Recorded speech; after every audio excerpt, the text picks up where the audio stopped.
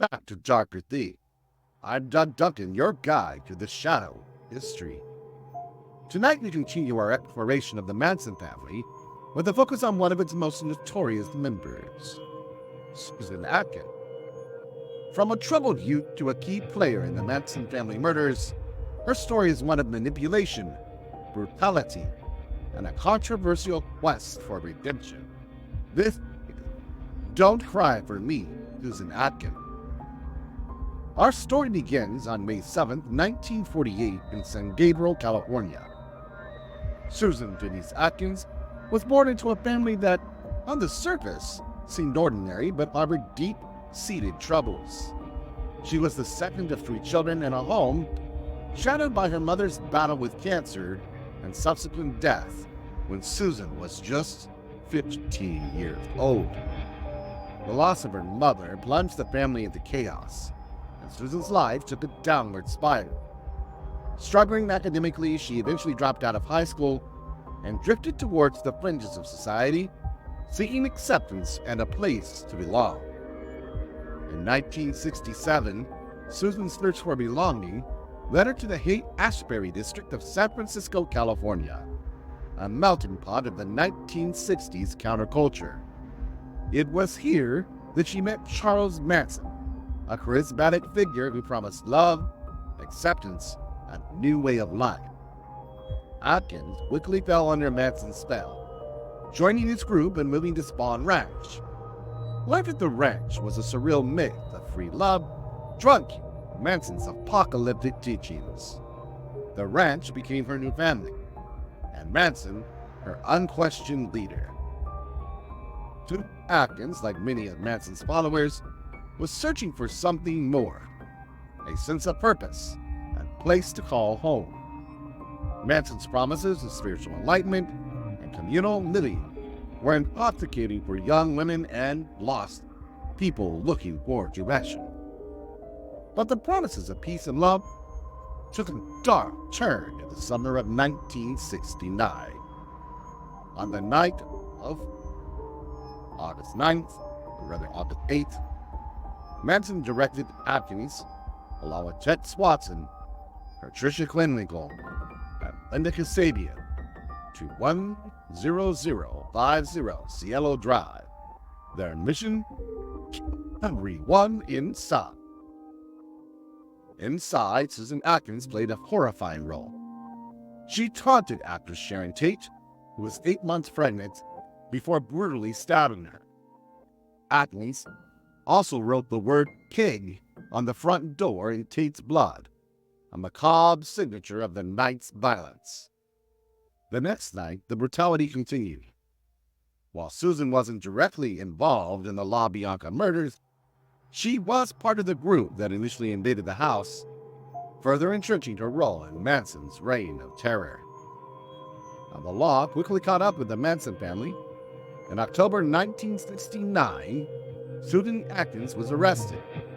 Her initial confessions to cellmates unraveled the web of violence, leading to the arrest and prosecution of Manson and other family members. During the trial, Atkins displayed a chilling lack of remorse.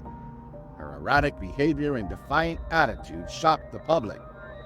In 1971, she was convicted of first-degree murder and conspiracy to commit murder, along with Manson and others. Originally sentenced to death, Susan's sentence was commuted to life imprisonment after California invalidated its death penalty statutes in 1972.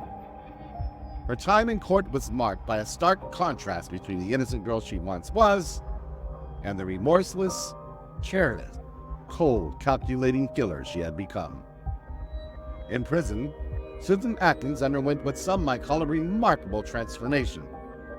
She became a born-again Christian, expressing deep remorse for her actions.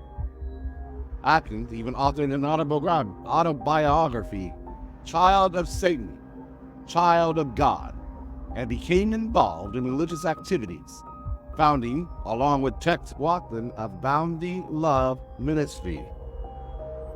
Her claims of redemption and her religious work behind bars sparked debate about the possibility of true rehabilitation for someone who committed such heinous acts. Despite her transformation, Atkins remained in prison until her death in 2009, consistently denied parole due to the gravity of her crimes. All this raises a profound question. Should a seemingly rehabilitated person like Susan Atkins remain in prison? On one hand, her behavior and transformation in prison suggests genuine repentance. On the other, the severity of her crimes and the lasting impact on the victims' families cannot be overlooked. The debate touches on broader issues of justice, the purpose of imprisonment, and whether redemption is possible for those who commit acts of unimaginable cruelty. Can a person truly change? And if so, what does justice require? As we reflect on the life of Susan Atkins, we must remember the victims of her brutal action. Sharon Tate and her unborn child, Jay Sebring, Abigail Folger, Wojciech Frykowski, and Stephen Parent. Their lives were cruelly ended by a woman seeking purpose in life, but finding darkness and destruction. Susan Atkins' story is a stark reminder of the destructive power of manipulation and the complex journey from innocence to infamy. As we explore these dark tales, remember that the path you choose can lead to light or to shadows.